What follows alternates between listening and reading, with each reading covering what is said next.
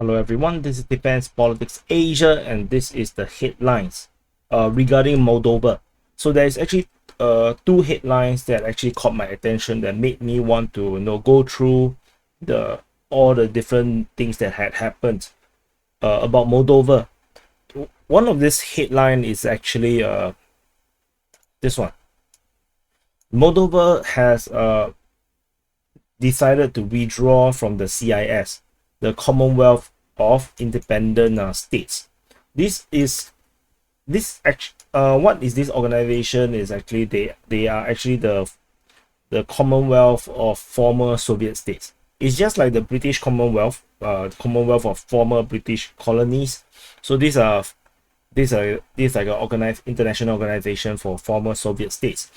And Russian media, I quote this media, which is quoting Russian media, saying that Moldova has officially decided to withdraw from CIS, and they will start off with withdrawing from the CIS Inter-Parliamentary Assembly, and so they say that this will be the first step, and then they will be taking other steps on the government and parliamentary level to withdraw. The main thing he complains is that the CIS institutions were useless for Moldova because it doesn't protect Moldova from a lot of problems, mostly relating to Russia. So this is one thing, and following up with that, they terminated two of the CIS agreements. And first of these agreements is on information in protection and external borders.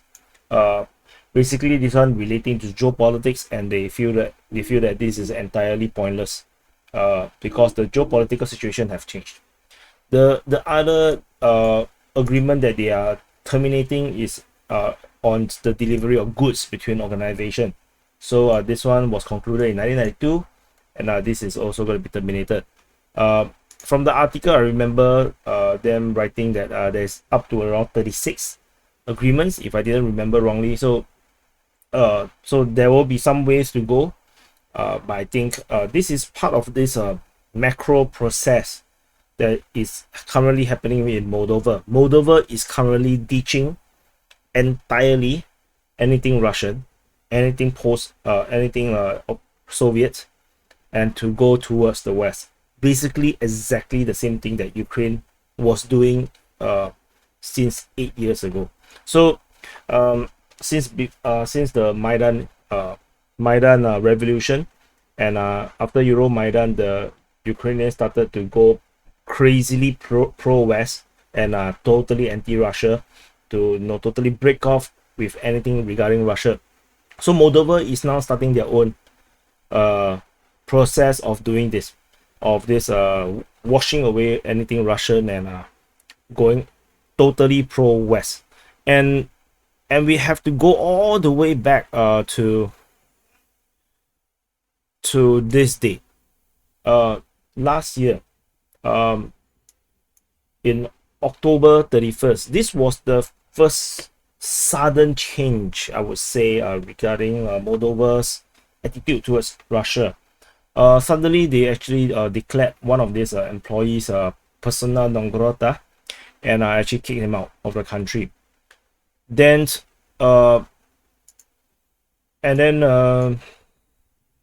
February of this year, Russia was of course not happy about that, and on the 22nd February, Putin have revoked his 2012 decree. So his decree actually talks about maintaining and respecting the territorial integrity of Moldova. And this is one of the decree is probably quite long, but one of the main thing is actually to relating to Moldova, and is basically the basic political agreement that provides for mutual respect for territorial integrities of our country. And this is part of this anti-West move that Putin has been doing since the start of the war, and probably this is also in reaction to what Moldova is actually doing. And then and then there was this very famous episode in fact in April. So this Russian delegation led by the leader, the governor of the Tatarstan region, he's landing he landed actually in Moldova, and he wanted to go to the regional in the south of Moldova to join a rally, attend a forum of this Gagauzia region. So this is actually a region in the south of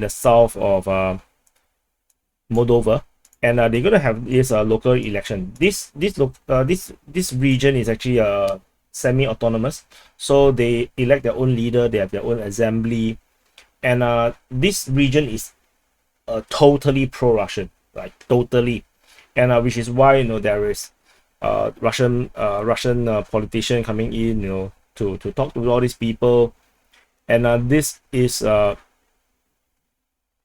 not nice.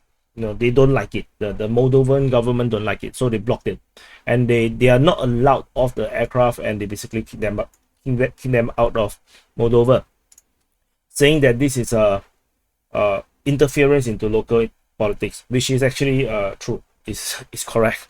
So it is quite bizarre, when you see things like this.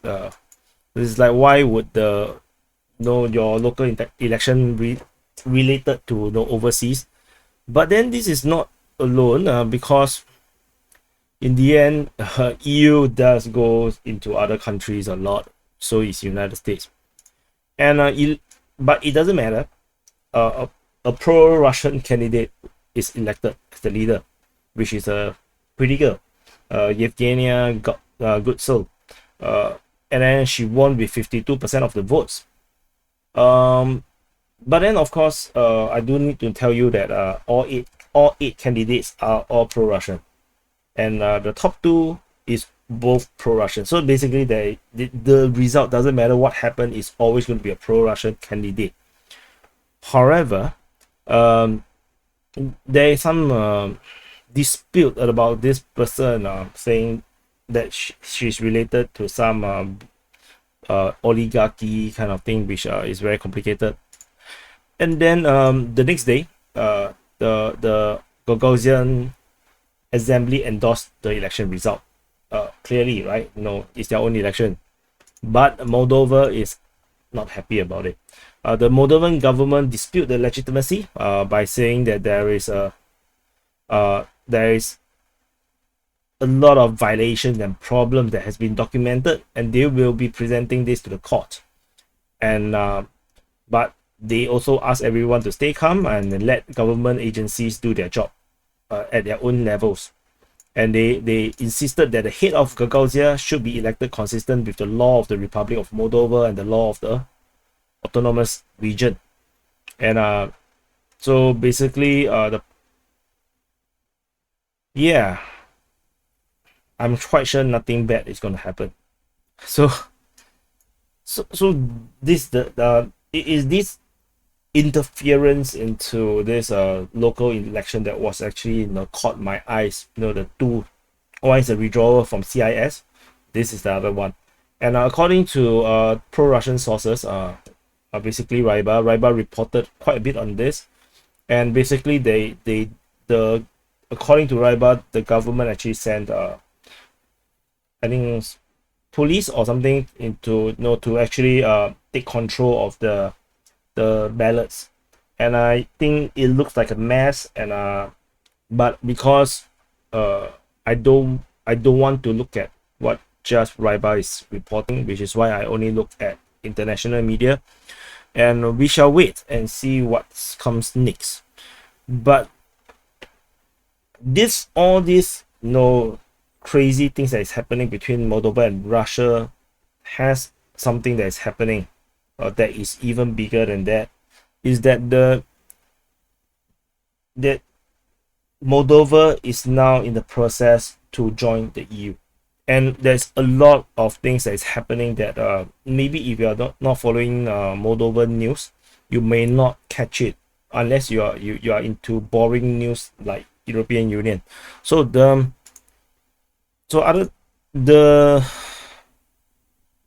let me see. Okay, so on the 24th of April, the EU have set up the EU partnership mission in Moldova. So, and then this EU partnership, basically, the mission will provide a strategic level on the development of strategies and policies, and identify the needs for capacity building in the early warning, detection, identification, attribution of threats, and whatever. So basically, it's a colonial office. That's how I look at it. It looks like it's like an office to transit the government, the country into a colony of EU. But of course, member of EU is the official word for it. Anyway, I mean, it's not wrong, because if you are Moldova and then you have Transnistria by your side, and the Russians are not really helping to resolve the Transnistrian issue, then I mean, it is natural for Moldova to want to join the EU, and the EU, of course, happily wants Moldova to be part of EU, because it's another middle finger to Russia, and not that there is any financial benefit to it. It doesn't. It's just part of this grandiose idea of uniting the whole of Europe, except the countries that you don't like. On the 28th, so with the partnership office set up, things started to move really quickly, and like, that's the only way I can put it. EU adopted sanctions frameworks on Moldova. So basically, they adopted these systems where they will be able to sanction any individual or entities that tries to undermine or threaten the sovereignty and the independence of Moldova, regarding democracy, rules of law, stability, and security. Basically, is just a weapon to take out anyone that they don't like. Because why would EU have such a thing to defend Moldova when Moldova is not even part of the EU? So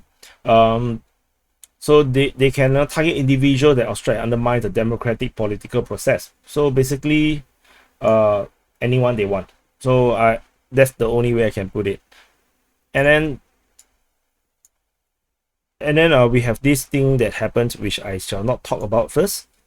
And then we have Moldova celebrating Europe Day, which is also weird, because Europe Day is largely a European Union thing. But they celebrate anyway, saying that European Union is home, and so everybody thinks that there will be a better future together at home. So European Moldova is nice, and then thus they raise the EU flag on the parliamentary building. So not even hiding, not even hiding at all. So they openly really want to join the EU, which is, like I said, it's not wrong. It's not wrong. And I mean, if I'm Moldova, I'll probably do the same thing by traveling out of the country and immigrate.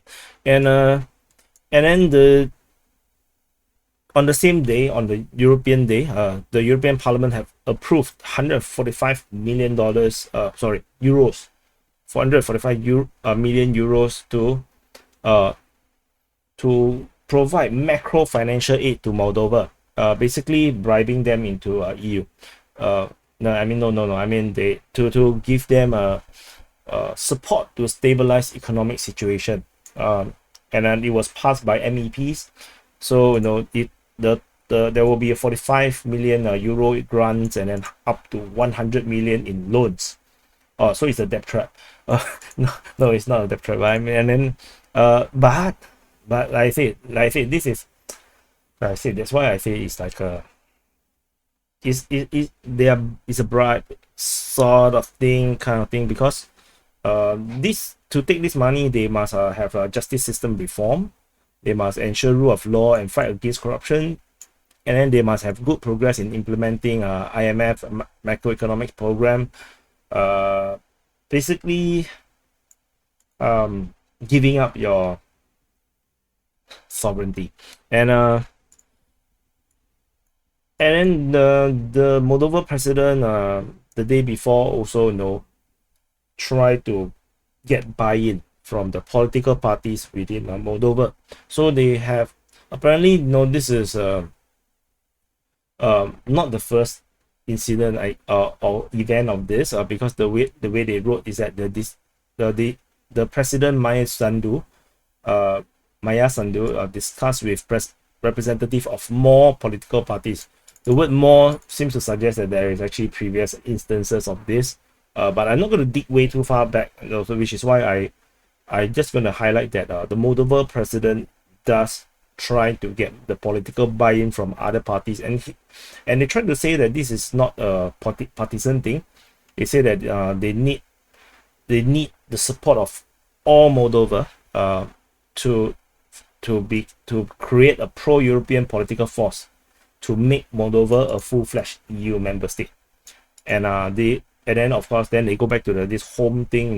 They say that Moldova's place is in the European family, and turning the accession to EU is a country project, and it has to be done by all citizens and all parties.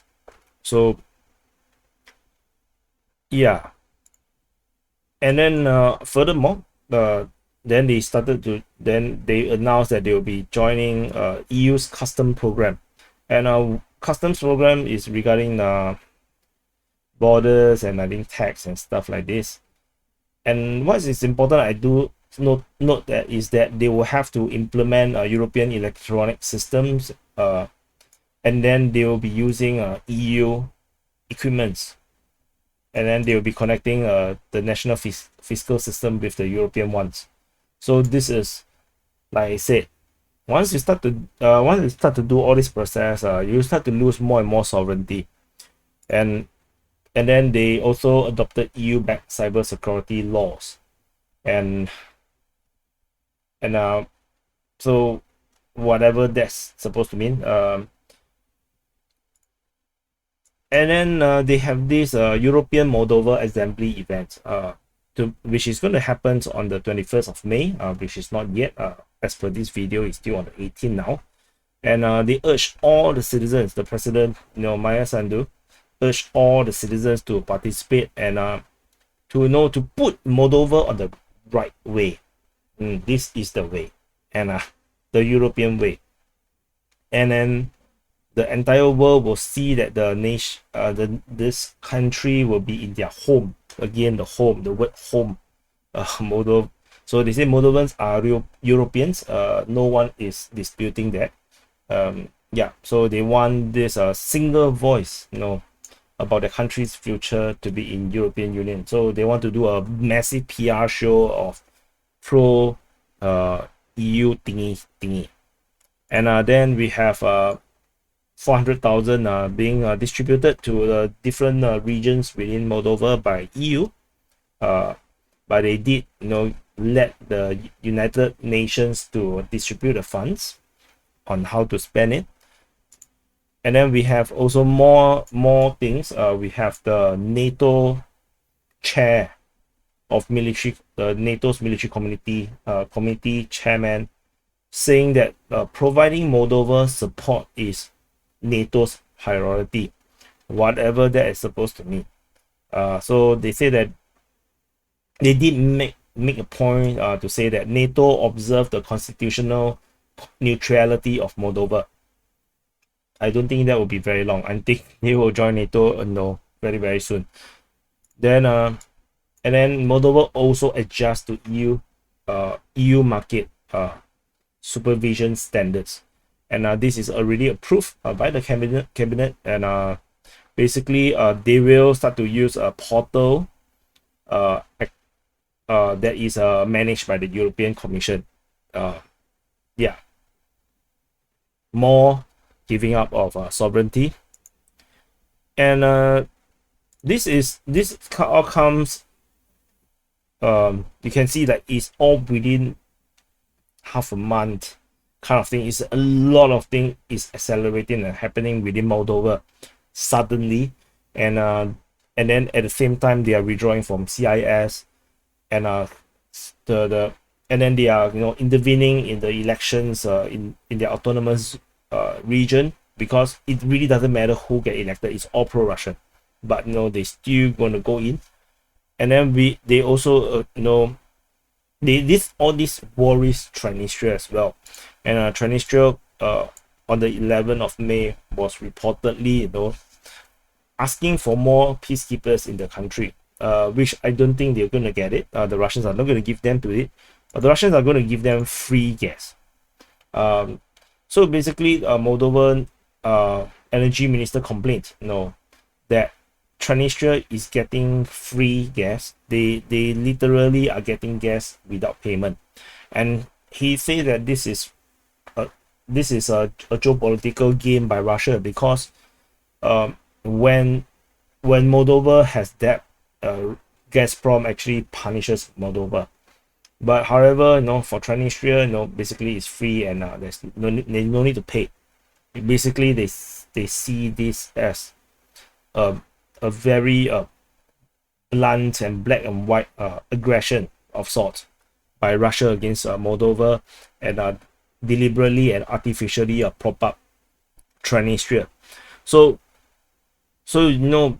this is the entire picture regarding Moldova over the past months plus, and is a huge geopolitical event where Moldova is literally flipping from CIS, which is Russian led, suddenly into EU, all in the span of months.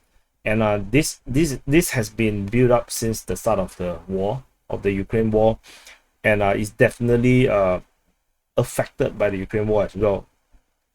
So anyway, this is just a headline video regarding Moldova and their flipping into EU, changing their master from, they're not really master, they're not really a slave or subordinate to Russia per se, but they basically handing over their sovereignty by joining EU.